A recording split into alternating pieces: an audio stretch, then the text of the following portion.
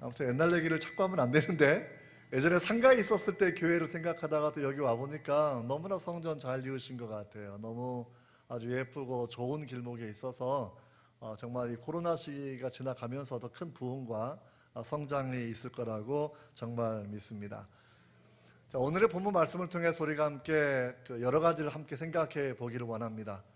본문의 내용은 우리가 잘 아는 것처럼 엘리야가 기도해서 3년 반 만에 비가 내렸던 장면을 지금 담고 있는 거고요. 이 장면을 좀 이해하기 위해서는 좀 배경적 이해가 필요합니다. 먼저 지리적인 배경을 살펴보신다고 하면 갈멜산, 카르멜 플러스 엘 이래가지고요, 하나님의 포도원, 하나님의 과수원, 이런 의미를 담고 있는 곳입니다. 코로나 때문에 한동안 성지순례가 좀 뜸해졌는데, 예전에 가보신 분들 그 기억을 해보시고 또 새롭게 가실 수 있는 그런 기회가 정말 있기를 바랍니다. 그래서 앞에 지중해가 드넓게 펼쳐져 있는 그런 곳에 이제 갈멜산이 있고요.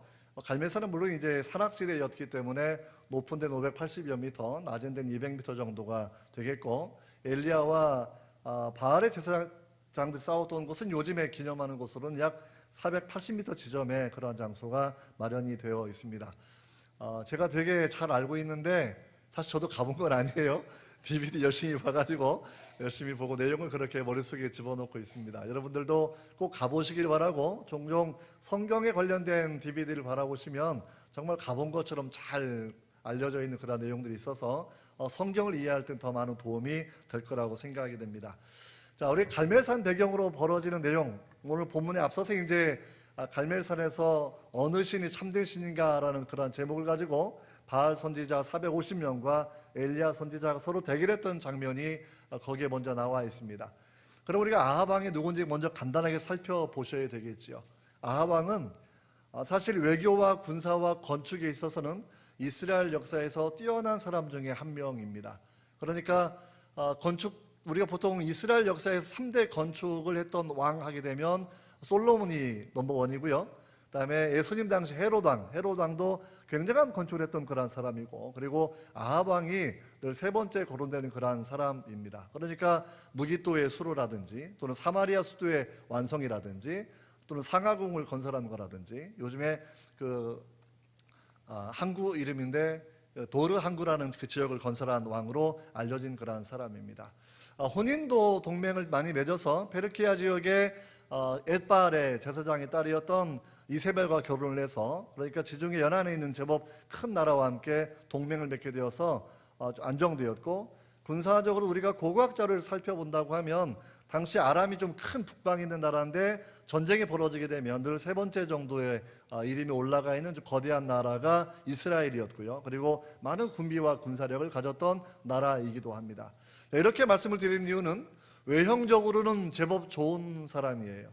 군사적으로, 외교적으로, 그리고 어느 정도 막강한 경제력을 가지고 그 당시에 그 북부 이스라엘 왕국의 어떤 전성기를 맞이했던 사람 중에 한 명입니다. 성경은 아합을 여로보암 이후에 더 극악한 왕으로 평가하고 있다는 것이죠.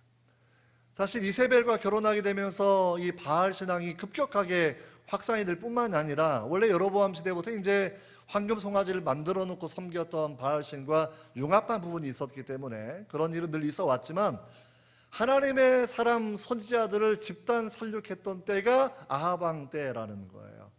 그러니까 오죽하면 엘리야 선지자가 나 혼자만 남았다라고 하는 이 절박한 위기감을 가지고 하나님 앞에 하소연하는 그런 배경도 우리가 살펴볼 수 있습니다.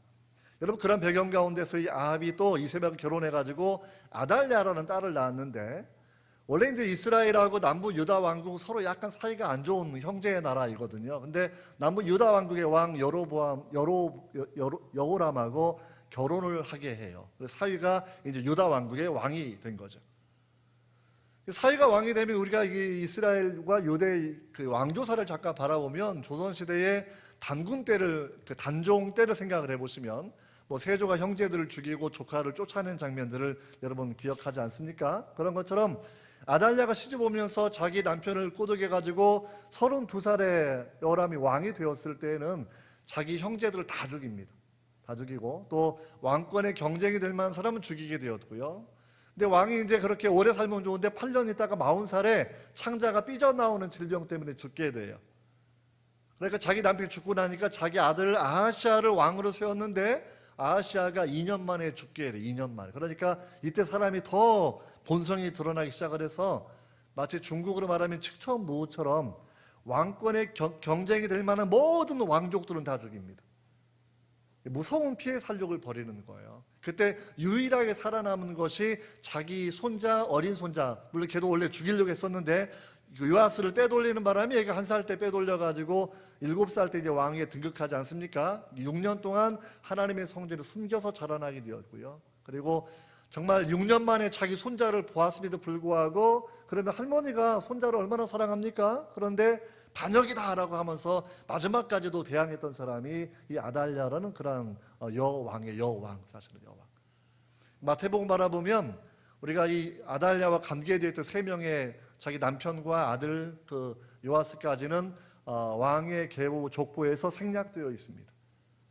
그래서 그만큼 하나님이 이 아달랴와 아합 왕을 통해서 이루어졌던 유다 왕국의 타락, 그러니까 유다 왕국의 솔로몬의 아들들 자손들이 뭐 믿음 충만하게 나라를 다스린 건 아닙니다만 공식적으로 바알 신앙을 도입한 사람들이 아달랴와 관계되었던 남편과 아들 이런 사람들이었기 때문에 하나님이 그들의 어떤 왕권 제의 기간들을 인정하지 않고 마태복음 족보에서는 뺀 부분을 우리 그렇게 알게 됩니다. 자, 이렇게 말씀을 제가 간단히 드리면서 우리가 이제 오늘 고민할 게 몇 가지 문제가 있습니다. 한 가지는 뭐냐면 엘리야 선지자가 어떠한 사람이었는가라는 걸 생각을 해 보셔야 돼요. 엘리야 선지자. 정말 야고보서 5장 17절 18절 바라보시면 엘리야를 아주 간단하게 설명합니다. 저는 우리와 성정이 같은 사람이로되, 우리가 같은 사람이라. 하지만 저가 하나님 앞에 간절히 기도하니까 하늘문을 3년 반 동안 닫고 여는 기도의 사람이었다라는 평가를 하고 있다라는 거예요. 기도의 사람으로 하나님이 엘리야를 기억하고 있는 겁니다. 하나님 앞에서 아합 왕은 사람들의 평가와 관계없이 악한 왕, 그보다 악한 왕이 없다라고 평가할 만큼 하나님이 심판하는 그러한 사람이었지만, 우리가 엘리야는 반대로 그 험한 시대를 살아오면서 그는 믿음의 사람, 기도의 사람으로 자기 사명을 잘 마쳤다고 우리가 생각하게 됩니다. 근데 사실 이게 생동감이 좀 많이 없어질 수 있는데 61년도에 유엔에서 발표한 그 김일성에 대한 그 기록물들이 있습니다. 영어로 말하면 Father Thank You 김일성이라는 그러한 책자가 있는데 60년대 초에 김일성이 국내 사회와 국제 사회에 공표한 것이 뭐가 있냐면 더 이상 이 땅에는 크리스찬 그리고 교회 없다라고 공표했습니다. 해방 전에도 약 우리 한 20-30만 명 정도의 기독교인이 있었고요. 그리고 한국전쟁 이후에도 아마 제법 많은 성도들이 거기에 남아 있었을 텐데 한국전쟁이 끝나고 나서 반미 그리고 반기독교 이런 정책들을 펴게 되면서 북한에 남아있는 크리스찬들은 전부 다 순교를 당하거나 정치범 수용소로 끌려가는 그런 일들이 있었다라는 거죠. 올해는 뭐 그때가 좀 혼란스러운 시대의 상황이었기도 했고, 그 다음에 이제 경제 발전을 막 추구하는 배고픈 그런 시대였으니까 북한까지 돌아볼 여력이 거의 없었고, 한참 서로 뭐 간접들 오가는 이 복잡한 상황이었으니까 적대감이 많았던 그런 때였겠지요. 여러분, 엘리야를 생각을 해보십시오. 저가 기도하면 하늘에서 불이 내려왔어요. 기도하면 과부의 집에 밀가루가 떨어지질 않았어요. 저가 기도하면 죽은 자녀가 살아난 적도 있어요. 얼마나 능력의 사람입니까? 근데 그 능력의 사람이 여러분 그 척박한 핍박의 땅, 하나님을 믿는 선지자를 잡아 죽였던 그 땅, 요즘으로 말하면 가장 아마 북한 상황이 유사한 상황이었을 텐데 그 땅에서 사역을 하던 사람이었다라는 거예요. 여러분 오늘 사건 이후에 이세벨이 이제 내가 내일 정오에 너를 죽일 거다라고 하는 그런 명령을 발표하겠다고 하는 이야기 전해지자마자 엘리야가 밤새 도망을 치기 시작을 합니다. 유명한 로뎀나무 사건이 나오게 되는 부분이죠. 근데 남쪽으로 내려가서 결국 국가 경계선쯤에 머물면서 거기서 잠을 자거든요. 저는 그 장면을 바라볼 때마다 성경에 맥가는 행가를 읽어나가는 건데 왜 나무로 내려가는지 나와 있지 않지만 자기 방 한 구석에는 내가 하나님의 사람이고 말씀의 사람이고 기도의 사람인데 요즘 말로 말하면 정말 능력의 선지자인데 난 뭐 유다 왕국에 가면 내가 그래도 이렇게 죽음에 대한 위협을 당하고 살지는 않을 것 아닌가, 내가 얼마나 또 대접을 받고 살 수 있겠는가 라는 그런 생각도 본인이 아마 했을 수 있다고 생각이 됩니다. 그럼에도 불구하고 경계선을 넘지 않죠. 왜냐하면 내가 받은 사역이 북부 이스라엘 왕국이었기 때문입니다. 정말 목숨을 건 사역들을 그들은 그렇게 해왔고, 엘리야와 엘리사가 그 험한 나라, 정말 피의 나라, 그 나라에서 하나님의 말씀을 어떻게 전했는지 그 배경이 오늘 본문의 배경이 되겠고요. 그런 내용을 토대로 우리가 오늘 말씀을 함께 살펴보면서 엘리야의 기도가 어떠한 특징들이 있는지를 먼저 점검해 보기를 원합니다. 제일 첫 번째, 성경은 뭐라고 설명하냐면, 제가 야고보서 5장 18절 읽어드린 것처럼 엘리야는 우리와 성정이 같은 사람이로되 저가 비 오지 않기를 간절히 기도한즉, 엘리야 기도의 특징은 간절함이었다라고 설명하고 있습니다. 우리가 기도 보통 많이 하죠. 그리고 우리가 보통 마음의 기도에 하나님이 응답하실 때도 있고, 또 생각으로만 해도 하나님이 아시고 또 은혜를 주실 때가 분명히 있습니다만, 그러나 정말 중요한 기도를 간구할 때는 우리한테 필요한 것은 간절함이라고 하는 그런 기도의 특징입니다. 가장 대표적인 것은 예수님께서 겟세마네 동산에서 기도하실 때입니다. 우리가 히브리서 말씀을 바라본다고 하면 어떻게 기록되어 있습니까? 예수님이 힘쓰고 애쓰고 간절히, 복음서도 전부 다 그 부분을 반복해서 기록을 하고 있는데, 힘을 쓰고 애를 쓰고 간절하게 기도한즉 피가 땀이 되어 땀이 피가 되어 흘렀다라고 성경은 그렇게 묘사를 하고 있지 않습니까? 간절함은 어디서 나오는 거냐? 사실은 간절함은 사랑에서 나오는 거예요. 엘리야가 그 땅을 떠나지 않았던 그 이유는, 자기 소명을 주셨던 하나님은 당연히 사랑했겠지만, 내가 사명제로 부여받았던 북부 이스라엘 우상 숭배의 나라, 하나님의 선자를 죽였던 그 험한 그 나라, 그 나라의 왕과 관료와 그 모든 백성들까지도 자기가 사실은 사랑했기 때문입니다. 그래서 떠날 수가 없었다라는 것이죠. 어머니들이 이 간절함이 무엇인지 잘 알 거예요. 제가 이제 어제도 한 사모님 가족하고 잠깐 식사를 하면서 5학년 아이가 그 암벽 등반하는 거 하다가 잘못해서 이가 좀 상하고 많이 다쳤던 이야기를 제가 듣게 됐어요. 상한 건 아이지만 엄마가 살이 쭉 빠져요. 3개월 만에. 얼마나 아이에 대한 마음이 간절한지. 사실은 제가 미국에 있었을 때에 저도 이 간절함이 무엇인지 잠깐 경험해 본 적은 있어요. 제가 이제 아들 하나 딸 하나를 두고 있는데, 이제 아들은 이제 법대 대학원 다니고 딸은 대학교 2학년인데, 근데 딸이 3살 때 제가 이제 텍사스에서 박사과정을 공부할 때였거든요. 근데 이제 한참 밤새워 책 읽고 논문 쓰고 이제 아침에 학교 가야 되니까 계속 페이퍼 작업을 하고 있는데, 갑자기 아내가 저에게 애기 좀 보라고 얘기하는 거예요. 자기 밖에 좀 나갔다 와야 되는데 애기 좀 보라고 잠깐 말하길래 그냥 건성으로 그러고 말았거든요. 그리고 페이퍼를 계속 쓰고 있는데 갑자기 우리 딸 생각이 딱 나는 거예요. 거실 보니까 너무나 조용한 겁니다. 근데 현관문이 열려서 현관문이 깜짝 놀란 거죠. 보통 뭐 딸바보 다 이신 분 많겠지만 저도 그 중에 하나인데, 딸이 없어졌다 생각이 들자마자 그 짧은 순간에 머릿속에 딸의 인생과 미래가 막 그려지기 시작을 하고요. 얘를 찾지 못하면 어떻게 될까 근심이 되기도 하면서 문을 열고 아파트를 뛰어다니면서 제가 딸의 이름을 얼마나 크게 부르는지, 뭐 흉내내면 잠 다 깼을 건데요. 정말 목청이 터져라 한국 이름 영어 이름 불러가면서 아파트를 다니는데 여기가 없으니까 바로 또 차를 몰고 동네를 다녀보고, 없어서 이제 경찰에 신고해야 되는데 좀 진정해보고 무슨 일이지 생각하다가, 그래 아내가 어디 간다 그랬지 생각을 해보니까 우체국 포스트 오피스 간다고 얘기를 해서 거기 마지막 한번 가보았어요. 그랬더니 거기 엄마 손 잡고 있는 거예요. 그 꼬맹이가. 그 짧은 30분이었지만 저는 애간장 다 탔습니다. 얼마나 간절하게 아이의 이름을 크게 불렀는지를 몰라요.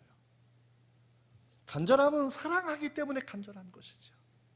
엘리야가 여러분 기도한 내용이 얼마나 특이한 기도냐면요, 비가 오지 않기를 기도한, 비가 오지 않기를. 그냥 자연스럽게 내리는 비, 뭐 이런 태풍 이런 게 아니고요. 생각을 해보십시오. 당시에 모든 농사, 목축하는 것, 먹고 사는 것 전부 다 비와 관련되어 있습니다. 크게 목축하는 친구가 있을 거예요. 그런 관료가 있을 겁니다. 백성도 그런 사업하는 사람들이 많이 있겠죠. 또 생존의 문제였겠죠.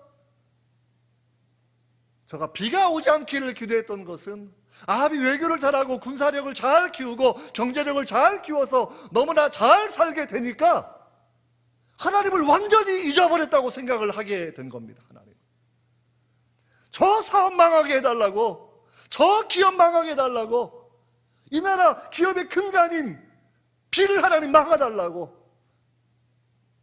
그 기도를 사실은 엘리야가 하고 있었던 기도예요. 욕먹을 기도입니다.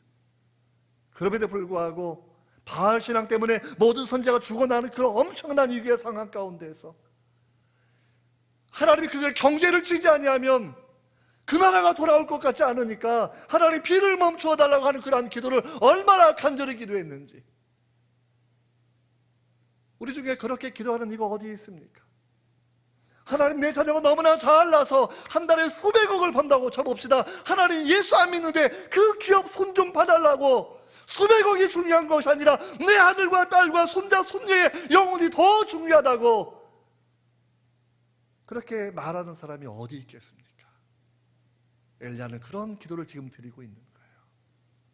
비록 10개의 지파로 이루어져 있는 여로보암의 길을 걸어가는 그렇게 신앙으로 안 좋은 그런 나라였지만, 그래도 모세오경까지는 가지고 살던 민족이었기 때문에, 그래도 창조주를 말하는 그런 민족이었기 때문에 그가 돌아오기를 바라고 비가 내리지 않아서 이 나라 한번 쫄딱 위기의식을 한번 겪어보라고.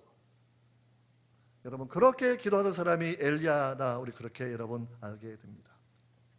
여러분, 성경을 바라보면 친구가 밤늦게 찾아왔을 때 떡덩이를 구했던 친구의 기도의 특징은 간절함입니다. 보통 가나안 여인으로 알려져 있는데, 다윗의 자손 예수여 나와 내 딸을 불쌍히 여겨 주옵소서, 내 딸이 흉악한 귀신 들렸나이다 라고 외쳤던 수로보닉의 여인, 그 여인도 간절하게 기도하는 겁니다. 우리 지금 시대를 살아가면서 사실은 간절함이 이제는 작동해야 되는 그런 때예요. 저는 대학에 있으니까 주로 청년 세대들을 많이 바라보고 있는데, 저희가 대학 다닐 때 그렇게 어느 정도 인원이 되고 어느 정도 활발하던 대학의 캠퍼스의 사역들 이제는 찾아보기 어렵습니다. 이름만 되면 아는 유명한 목회자 집안이 있어요. 4대째 목회자 집안인데 그 손녀, 그 마지막 딸이 이제 서울에 있는 아주 유명한 대학에 다니고 있는데, 기독교 대학에 친구들 모임에서, 개강 모임에서 자기를 소개할 때 내가 교회를 다닌다고 얘기하니까 사람들이 깜짝 놀라고 조롱합니다. 아직도 교회를 다니는 애가 있다고. 이게 우리 시대의 그런 모습이에요. 제가 10년 전에 한국에 돌아왔을 때도 대학생 복음화율 3.6%에 지나지 않았는데, 지금 아무리 청년들 사역하고 나가 설교하고 얘기해도 그 퍼센테이지가 2.2%로 줄어든 그런 상황입니다. 기업체 취업한 애들이 신앙생활을 하지 못하는 거예요. 어떻게 이런 상황이 되었는지.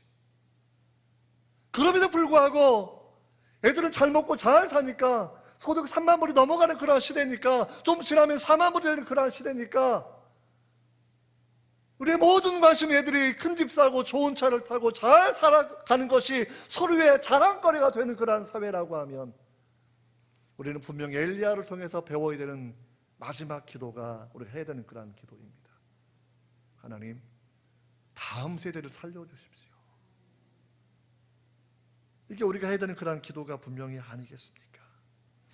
이렇게 이 간절함의 목적은 뭐냐면, 엘리야의 목적은 오늘 본문 읽었던 그 앞에 나오는 그런 내용인데, 불을 내리는 기도를 하기 전에 37절 이렇게 기도하고 있죠. 여호와여 내게 응답하소서, 내게 응답하소서. 이 백성에게 주 여호와는 하나님이신 것과 주는 그들의 마음을 되돌이키심을 알게 하옵소서라는 것. 그렇게 비를 내리지 않도록 기도하는 것, 간절하게 말씀을 전하는 것, 왕도 회개하고 오기를 기다렸던 모든 것들, 그 모든 내용들은 왕이나 관료나 백성이나 하나님을 하나님으로 알 수 있도록, 바알이 하나님이 아니라 오직 여호와 하나님이 참된 하나님인 것을 알 수 있도록 하는 것이 유일한 기도의 제목이었다라는 겁니다. 사랑하는 우리 동안교회 성도 여러분, 우리가 이걸 바라보면서 다시 기도하는 내용들을 점검해 보셔야 돼요. 왕의 계보를 타고 내려가면 좋은 왕, 굿킹, 선한 왕이라고 불렸던 히스기야의 마지막 모습을 생각해 보셔야 됩니다. 죽을 병에 걸렸다가 살아났어요. 그러니까 살아난 걸 기념하기 위해서 바벨론에서 사절단을 보내가지고 오니까 왕궁, 무기고, 보물창고를 다 보여주었습니다. 그때 이사야 선지자가 와서 뭐라고 얘기합니까? 왕이여 무슨 짓을 하셨습니까? 내가 동맹을 맺으려고 다 보여줬다 얘기하니까 그때 했던 얘기가 왕의 자손 중에 몇몇은 환관으로 끌려가겠고 보여준 모든 보물들은 바벨론으로 뺏기게 될 겁니다 라고 얘기해요. 그 믿음의 대단한 사람 히스기야, 헤롯으로 10도나 물렸던 믿음의 사람 히스기야, 기도 하나로 18만 5천 명의 사내립의 군대를 이겼던 믿음의 왕 히스기야가 자기 마지막에 했던 위대한 실수가 뭔 줄 아십니까? 나의 때에는 평안과 안보가 있으면 그것으로 충분합니다. 어쩌면 자기 시대 하나 감당하기 어려운 왕의 외로움이었을지 모르겠습니다만, 그러나 신앙이 작동했다고 하면 내 자식이 환관이 된다고 이야기하는데, 내 자손이 환관이 된다고 이야기하는데 하나님의 성전과 보물창고와 무기고가 다 뺏겨서 바벨론으로 끌려간다고 얘기하고 있는데도 불구하고 그는 벽을 보고 기도했던 생명의 기도를 그는 드리지 않습니다. 제가 이걸 바라보면서 우리 어른들, 사실 우리 어른들은요, 한국교회가 얼마나 가난했었는지, 어떻게 하나님의 은혜로 성장해서 세계 선교의 대국을 이루었는지 그걸 경험한 사람들이 아니겠습니까? 저보다 연배가 더 깊었던 사람들은 얼마나 어려워 배고픈 시절을 살아왔는지, 한국 전쟁을 겪고 보릿고개를 겪고 이렇게 살아왔던 나라, 국가가 발전하고 흥왕했던 그 저변에는 하나님의 은혜요, 기독교의 성장이 있었다라는 간증을 하시는 그러한 분들인데, 이제 우리가 해야 되는 그러한 일들은 다시 민족을 품고 다음 세대를 품고 하나님 앞에 간절하게 부르짖어 기도할 때라는 겁니다. 세대적인 이기주의를 버리셔야 돼요. 제 연령층에 있는 목회자들 그냥 목회할 겁니다, 별일 없이. 하지만 한 20년 지나고 나면 유럽교회와 영국교회 모습이 한국교회 모습 될 가능성은 너무나 많습니다. 우리 시대에만 괜찮다는 의식을 다 버리셔야 되고, 정말 무서운 기도이지만 엘리야처럼 그 민족의 영혼이 더 중요하기 때문에 하나님 비를 멈춰 주십시오라는 그런 기도를 할 정도의 구원의 열정, 하나님께로 돌아가는 정말 참된 부흥의 그 열정이 여러분 마음 가운데 부어주시기를 바랍니다. 여러분, 두 번째 우리 생각해 보는 것은 하나님의 음성을 듣는 선지자였다라는 엘리야의 특징이에요. 선지자가 하나님의 음성 듣는 거 너무나 당연한 겁니다. 네, 지금 시대를 살아간다고 하면 이제는 좀 아닌 것 같아요. 이제는 아닌 것 같아요. 저도 뭐 대충 젊었을 때 신학 공부하고 살아왔던 모났던 시절들이 분명히 있었고요. 미국에서 뒤늦게 죽음의 위협을 한번 겪으면서 하나님 앞에 다시 서게 되고, 그리고 새롭게 소명을 받으면서 이제 신앙생활 다시 해보려고 노력했던 그때 한국에 정말 유명한 목사님 한 분이 미국을 방문한 적이 있습니다. 그 아들 친구들 모아서 용돈도 주시고 뭐 이런저런 얘기를 하시면서 그분이 했던 지나가는 말 한마디가 잊혀지질 않아요. 요즘 목사들 실력은 다 좋은데 왜 하나님의 음성을 듣지 못하는 거지? 이게 그분의 한탄이었어요. 그분의 한탄. 저도 한국에 있는 동안 뭐 금식해 본 적도 한 번도 없습니다. 미국에서 공부하는 동안도 금식한 적 별로 없죠. 그냥 뭐 조금 아침에 나와 기도하고 뭐 하다못해 제가 3년간 담임 목회한 적이 있었지만 담임 목회할 때도 그냥 뭐 권사님 가시면 같이 가요. 그냥 새벽에도. 내가 그러나 목회 좀 해보다가 정말 마음 아파 힘든 순간이 오게 되면서 21일 금식을 2차례 하면서 그때 얻었던 하나님의 신비의 그 영역들, 하나님 말씀하시는 그 영역들이 있다는 것을 그때 뒤늦게 깨달았던 그런 부분들이 있습니다. 주님께서 말씀하십니다. 주님께서 큰 가뭄이 있을 거라 말씀하셨고, 이제는 또 내가 비를 지면에 내릴 거라 말씀해 주셨고, 또는 선지자를 잡아 죽였던 아방 앞에 네가 나아가서 너를 보여라라고 말씀하셨을 때에 그는 어떠한 경우든지 순종의 길을 떠났던 사람이, 순종을 보였던 사람이 여러분 이 엘리야였다라고 우리 분명히 기억해야 합니다. 마음의 영성이 분명히 있어야 된다라는 것이죠. 이번 주에는 이제 제가 학교에서 PRS 센터를 맡아서 운영하고 있는데, 이번에 이제 LG U 플러스 정수원 부사장을 우리 강사로 모셔서 채플에 한번 서게 했습니다. 예수 믿은 지 한 12년 정도밖에 안 되는데, 근데 하루에 1시간 반을 성경을 붙잡고 기도해요. 1시간 반을. 자기 심정을 이야기하더라고요. 자기 어머니는 불교 신자였고 자기 뒤늦게 이제 예수님을 믿게 되었지만 물에 빠진 베드로가 주님의 손을 붙잡는 것처럼 자기가 붙잡는 것 정말 우연찮게 신앙생활을 시작하게 되면서 자기가 예수님의 손을 붙잡는 베드로의 심정으로 성경을 붙잡고 읽기를 시작하니까 은혜가 되고 믿음이 자라고 가족의 문제가 해결되고 자녀 문제가 해결되어 가는 것들을 경험한 것을 간증을 하더라고요. 지금도 그런 얘기를 해요. 모여서 아침 말씀 읽고 또 한 100명 정도 큐티 나눔 서로 막 말씀을 PR에서 이 말씀 나눔을 한 다음에 늘 하나님이 지시하시는 일들, 그 바쁜 기업가가 그걸 기억해요. 하나님 말씀하시는 것들 기도하고 마음에 주시는 마음이 있으면 그거를 매일매일 실천하고 순종하면서 살아가는 그런 모습을 듣게 됩니다. 성경들이 분명히 말합니다. 듣기만 하고 하나님을 행하지 않아서 하나님을 속이지 말라라는 겁니다. 우리는 하나님의 말씀을 들을 뿐만이 아니라 음성을 들을 뿐만이 아니라 우리는 하나님의 말씀대로 살아가야 되는 것이 우리가 해야 되는 그런 부분이라는 거예요. 이게 우리한테 필요한 영역들이 아니겠습니까? 하나님의 음성을 들어야 돼요. 제가 미국에 있었을 때 이제 박사과정을 시작했을 때 너무 어려운 공부였어요. 미국 대법원의 판례를 공부하는 과였는데 이게 변증학 한다고 꼭 신학만 하는 게 아니라 일반 학문을 공부하고 이제 변증학을 활동하게 되어 있는데요. 미국 대법원 판례를 분석하는 공부를 하면서 되게 힘들게 이런 상황 건데 있었는데 학교에서 좀 어려운 일이 발생을 하고 그래서 제가 한 5일간을 다시 금식을 해서 종일 금식하면서 하나님만이 문제를 해결할 수가 있습니다. 그리고 5일 금식하고 토요일 아침이 되니까 마음에 평안이 몰려옵니다. 주님, 내가 주님께 간구했는데요, 문제를 풀어주실 건가요? 주님께서 아무런 문제 없다, 해결해 준다 말씀해 주셔요. 그 다음에 제가 부수적으로 기도했던 것이 뭐 유학하는 생활이니까 늘 매달 넉넉하진 않으니까 하나님 이번 주에 1,000불이 우리 생활비도 좀 필요한데 1,000불을 좀 주세요, 이렇게 기도를 두 가지 같이 했던 그런 때입니다. 그럼 1,000불 오늘 필요한데요, 그럼 내가 오늘 1,000불 주지. 그래서 그날 기분 좋게 일어나서 어머니가 아이를 깨우는 것처럼 주님께서 깨우시는 그 느낌을 가지고 정말 새로운 하늘 새로운 땅 또 바라보면서 있는데 우편으로 1,000불이 날아왔더라고요. 그래서 이제 오늘은 공과금 내고 우리 가족과 함께 회식하러 이제 나가는 날이어야 하는데 갑자기 마음에 주님의 음성 하나가 들려오는 거예요. 그거 가지고 티켓팅을 해서 어느 도시에 가서 누구를 위해 기도하고 와라. 내가 직접 아는 친구가 아닙니다. 한 달에 건너서 아는 친구인데 몸이 많이 위중한 목사님이 한 분 계셨습니다. 그래서 제가 대답을 안 했어요. 왜냐하면 내가 할 일이 있잖아요. 이거 500불을 공과금 내고 500불을 먹고 살아야 되는데 갑자기 말씀을 하시니까. 근데 눈만 감으면 맨날 생각이 나가지고 결국은 표를 끊어서 급하게 그 도시에 올라가게 됐죠.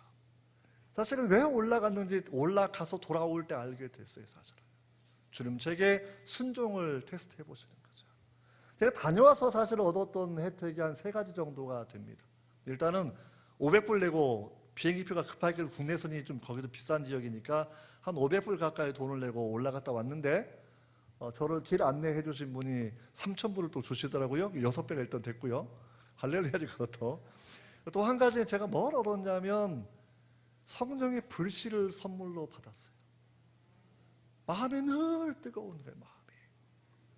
법을 공부할 때나 정치학을 공부할 때나 잠을 잘 때도 잠 자기 전까지는 뜨겁고 수업을 할 때도 뜨겁고 그러면서 그때 주셨던 은사들이 생각이 납니다. 하나님의 음성이 들려와야 되는 거.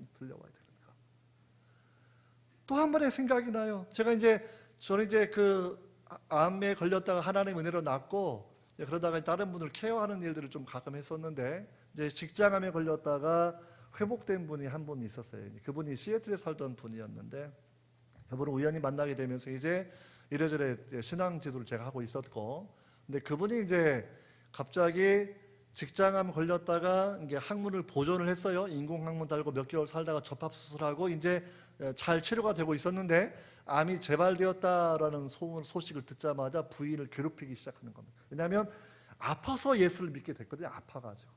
그러니까 이제 뒤늦게 예수를 믿고 자기는 재정이 많으니까 그 돈 가지고 좋은 일도 많이 하고 있었는데 암이 재발되니까 암 환자 가지는 재발의 공포가 얼마나 대단합니까? 그러니까 부인 괴롭히고 너 때문에 또 내가 이렇게 믿어보려 했더니 이 말 하면서 막 화를 내니까 부인 저한테 전화를 해요. 제발 남편 좀 달래달라고.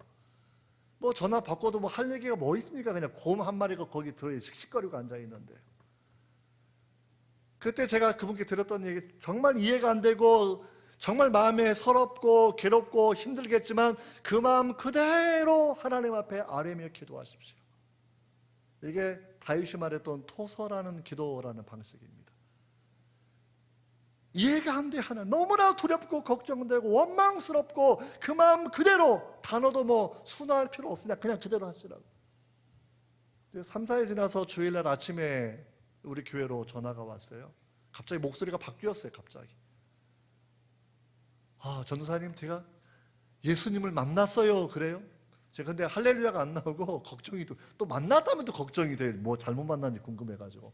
그래서 무슨 일이 있어서요? 물어보니까 오늘 아침에 산책을 나가다가 비전이 보인 거죠. 갑자기 이 뒤가 보인 거니까 뒤가 구름을 타고 계시는 예수님이 있는 장면을 본 건데 이게 하나님 주신 비전 가운데 특징 하나는 이제 하나님 임재의 은혜가 내려오는 거죠. 주님을 보는 순간에 내가 너를 버리지 않았어, 내가 너를 사랑해, 내가 너와 함께라는 그런 은혜를 받게 되고 이제는 두려움을 극복하고 기뻐서 저한테 전화를 한 거예요. 근데 그 다음에 내린 전화의 마지막 결론이 저를 더 긴장하게 만들었습니다. 전도사님, 내가 내일 내려갑니다.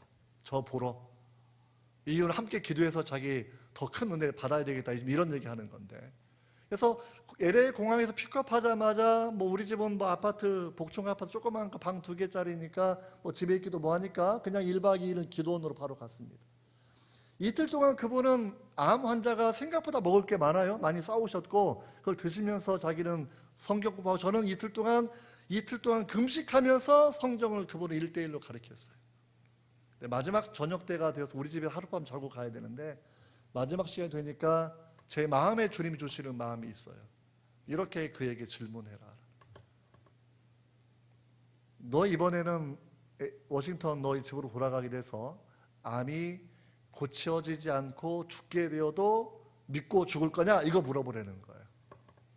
그때 그분이 50대 초반이었거든요. 아마 제 나이보다 비슷하게 좀 안 되던 때였는데 근데 자기는 살겠다고 기도하고 은혜를 받겠다고 내려왔는데 이틀 동안 성경을 가르쳐준 전도사는 갑자기 너 죽어도 믿을 거냐라는 주의 말씀을 전하고 얘기하니까 이 사람이 너무 긴장하고 그러면서 그 질문에 답변은 해야 되니까 눈 감고 몇 분 생각하다가 남자가 우는 거 아세요? 입술이 바르르 떨리면서 닭똥 같은 눈물이 뚝뚝뚝 떨어지고 그때 했던 고백이 뭐가 있냐면 내가 이제는 고쳐지지 않아도 예수님 믿고 가겠습니다.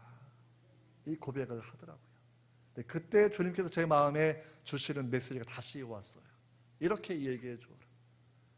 네가 병원에 올라가게 되면 의사들이 모여서 너에게 암이 없다고 얘기할 것이다. 그럼 너는 원래 암이 없었는데 오진했다고 말하지 말고 이게 내를 고쳐준 증거다라는 얘기를 주님이 하셔서 그대로 전달해 주었어요. 사실 그런 얘기 하려면 저도 좀 긴장되죠. 왜냐하면 이게 잘못하면 가짜 목사가 될 확률이 좀 있으니까. 그렇죠? 전해 주었더니 근데 이분이 마지막 날 밤 우리 집에서 이틀째 잠을 자고 올라가는 날인데 2박 3일로 왔으니까 근데 아침에 화장실 가는 소리가 들려가지고 저도 일어나서 이제 뭐 필요한 거 없는지 물어보려고 나갔거든. 그랬더니 징그럽게 제 손을 잡고 또 우는 거예요. 이 남자가 왜 이렇게 눈물이 많은지 울며 하는 그 얘기가 내가 인공항문 달다가 떼내고 직장 접합 수술을 받아서 6개월 됐는데 3년 정도는 혈변을 계속 그 피 설사를 해야 되는데 기능이 회복이 안 되니까 근데 6개월 만에 된 변을 보았다고 감사하는 거예요. 아내가 작동을 하기 시작을 하는 거죠. 올라가니까 실제 의사들이 그렇게 얘기하고 그 이후에 저한테 전화했던 것이 저는 사업가라서 늘 의심도 많이 하고 소송도 많이 하는데 전도사님과 만나 그 이야기를 내가 듣지 않았다고 하면 당연히 오진이라고 해가지고 또 병원하고 싸웠을 텐데 이게 하나님의 은혜로 고쳐진 것을 내가 알게 됐습니다 라고 했던 간증이 생각이 납니다. 사랑하는 성도 여러분, 기독교는 신비의 영역이 분명히 존재합니다. 그렇다고 모든 순간에 저도 음성 듣는 게 없어요. 대부분은 말씀 따라 살고 양심 따라 사는 방식이 신앙생활하는 가장 기본적인 방식입니다. 하지만 가끔은 주님이 말씀하실 때가 있다라는 거고 우리를 지도할 때가 있다라는 거, 특별히 민족을 품고 기도할 때에 비가 오고 안 오고의 그런 문제는 이스라엘 왕국의 통치권이 아합에게 있는 것도 아니고 바알 신에게 있는 것도 아니고 여호와 하나님이 하나님을 떠나 살던 그 백성마저도 돌보시는 분이라는 것을 알게 하는 그러한 기도의 제목을 품고 있었기 때문에 하나님이 응답하는 그러한 내용이라는 겁니다. 여러분, 중요한 건 뭐가 있냐면 엘리야가 7번을 기도한 대목, 7번을 기도한 대목. 오늘 본문 가운데서 이르되 7번까지 다시 가라. 이게 까지라는 말은 원래 영어 성경은 없어요. 그냥 7번을 올라가라라고 되어 있는데 7번까지가 들어오면 우리는 약간 정성의 개념이 들어와요. 그러니까 한번 올라갈 때마다 구름 조금 생겨나는 것. 마치 요단강에 엘리야의 제자 엘리사가 7번 들어가라 얘기했을 때 7번까지가 아닙니다. 7번이에요.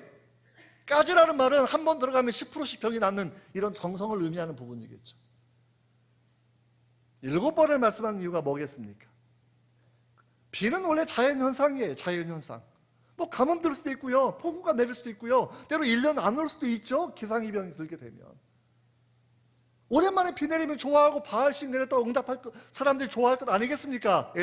엘리야가 살던 시대에 아합왕이나 백성들 같은 경우에는. 그래서 객관적인 제3의 인물 사환을 시켜서 증언하게 하고 사환을 통해서 왕의 그 메시지를 전달하게 하면서 바알이 살아서 비를 내리는 것이 아니라 하나님만이 하나님이시기 때문에 이제는 비를 내리신다라는 것을 알게 해주는 장면이 이 내용입니다. 저는 이걸 쉬운 이야기를 어렵게 하면 기도 응답을 통한 하나님의 논증, 기도 응답 논증으로 풀어가는 그런 방식이에요. 이게 우리 가운데 분명히 있어야 한다라는 기본적으로. 하나님이 하신 말씀이 성취되어 가는 것들, 하나님의 역사를 주관하시는 것들, 하나님의 교회를 부흥케 하시고 내 가정과 자녀를 이끌어 가시는 것들을 알려고 하면 중요한 건 기도를 들으시는 하나님, 이게 너무나 중요한 포인트입니다. 당시에 여러분 450명의 바알 선지자가 몸을 찢으며 해가 떨어질 때까지 기도했지만 응답하는 신이 없었다라는 거예요. 누가 참된 하나님인가, 누가 추룩하신가라는 그런 제목 가지고 대결을 벌였을 때에 본문의 내용의 요점이 무엇입니까? 응답하신 하나님, 인격 있는 하나님, 초월적 하나님이지만 우리 기도를 들으시고 응답하시는 내재적 하나님, 우리와 인격을 가지고 언약을 맺으시는 그 하나님, 그 하나님이 여호와 하나님이라고 이야기하면서 아브라함의 하나님, 이삭의 하나님, 야곱의 하나님을 엘리야가 언급하고 있는 겁니다. 여러분, 이게 기독교의 정말 위대한 특징 중에 하나입니다. 제가 짧게만 몇 가지 더 설명을 드려볼게요. 힌두교라는 종교가 있는데 최고의 신은 브라흐만이라는 신입니다. 우주 자체가 신이라고 생각하는 종교인데 최고의 신. 뭐 그 밑에 이제 세 신, 33개의 신, 3억 3천만 개의 신으로 확장이 되어 갑니다만 최고의 신은 브라흐만이라는 비인격적 우주 자체입니다. 인격이 없는데 어떻게 사람하고 대화를 합니까? 어떻게 사람의 문제에 개입을 합니까? 그러니까 힌두교에 참 모순된 내용이 많은 거예요. 신들이 정말 잔인합니다. 신들이. 다신론의 신들이 얼마나 잔인하냐면 그리스 신화가 있고 로마 신화도 있는데요, 그리스 신화를 가장 많이 비판한 사람이 그리스의 가장 유명한 철학자 플라톤이거든요. 플라톤. 막장 드라마의 모든 내용은 거기에 다 나와 있어요. 신들이 간음하고 죽이고 살인하고 사람이 배워서 안 되는 그 모든 비도덕적 요소들은 그리스의 신들이 다 가지고 있습니다. 그거를 플라톤이나 철학자가 비판해 나가고 있는 거예요. 힌두교에 그런 체제가 너무나 많이 있다는 것이죠. 불교를 생각해 보세요. 불교가 소승돼서 크게 두 가지로 생각해 본다고 하면 소승불교에서는 석가모니가 이미 무아가 되어서 윤회를 벗어나는 바람에 존재 자체가 없어져서 소승불교는 섬길 신도 없고 응답할 신도 없어요. 아무리 공을 들여도 응답할 신은 존재하지 않습니다. 대승불교는 좀 이상하게 얘기하죠. 석가모니도 또 있고 뭐 보살도 있고 다 얘기하는데 나무 아미타불 아미타 부처가 구원해 준다고 염불을 여우라고 얘기하고,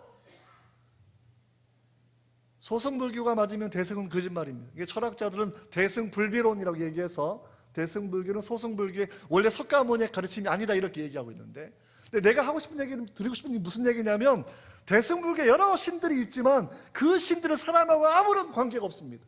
아미타 부처가 왜 우리를 구원해 줄 수 있습니까?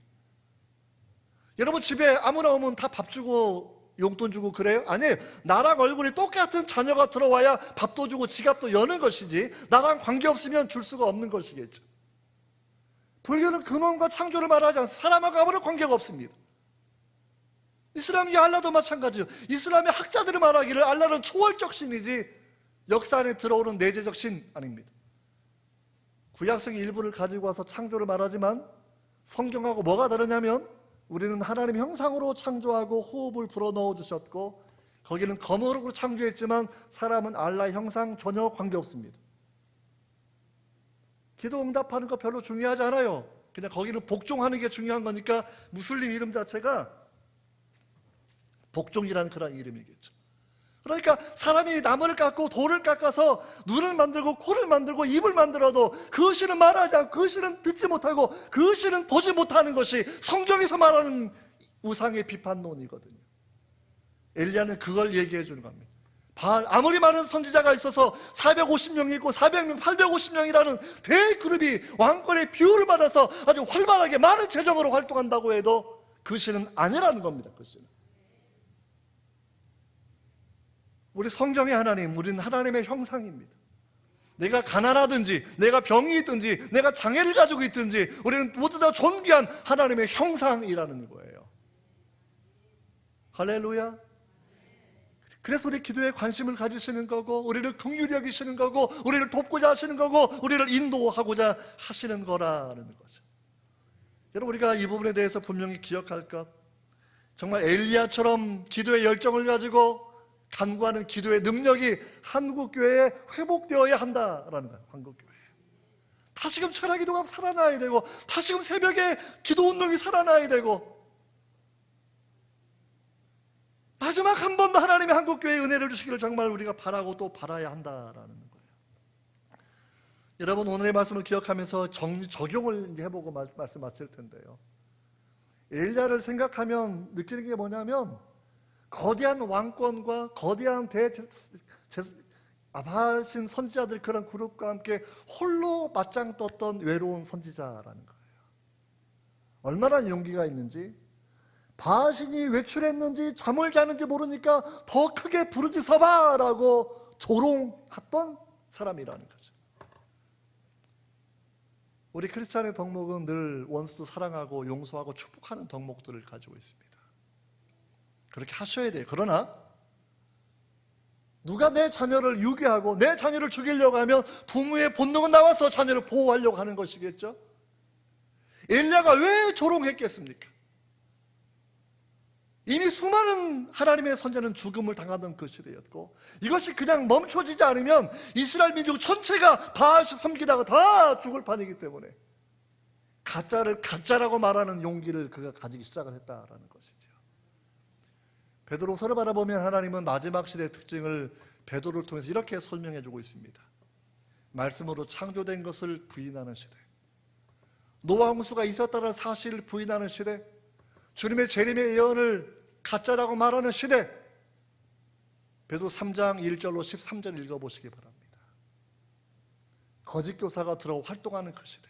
서신서의 모든 내용은 다른 복음을 말하는 다른 예수를 말하는 거짓 교사를 분별해내라고 말씀을 하고 있다는 거죠. 저는 이제 신학의 영역에서 제가 이제 변증학을 하니까 주로 이런 부분에 예민하게 합니다.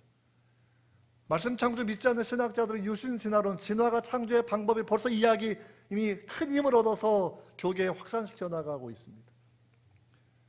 하나님이 아무리 일부 일처 결혼제도를 얘기하셔도 동성애 맞다고 말하는 많은 신학자들도 이미 활동들을 활발하게 하고 있고 그들은 자칭 의로운 사람들로 그렇게 묘사해 나가고 있고 동성결혼 반대하면 꼴통 보수라고 몰아치는 그러한 시대. 그러니까 이제는 성경의 가치관을 가진 사람은 침묵하는 모드로 다 들어가는 거예요. 말씀 창조 속으로만 믿고요, 일부 일처 결혼 속으로만 옳다고 생각하고요, 그거 말하면 청년들이 더 교회 나오지 않을까봐.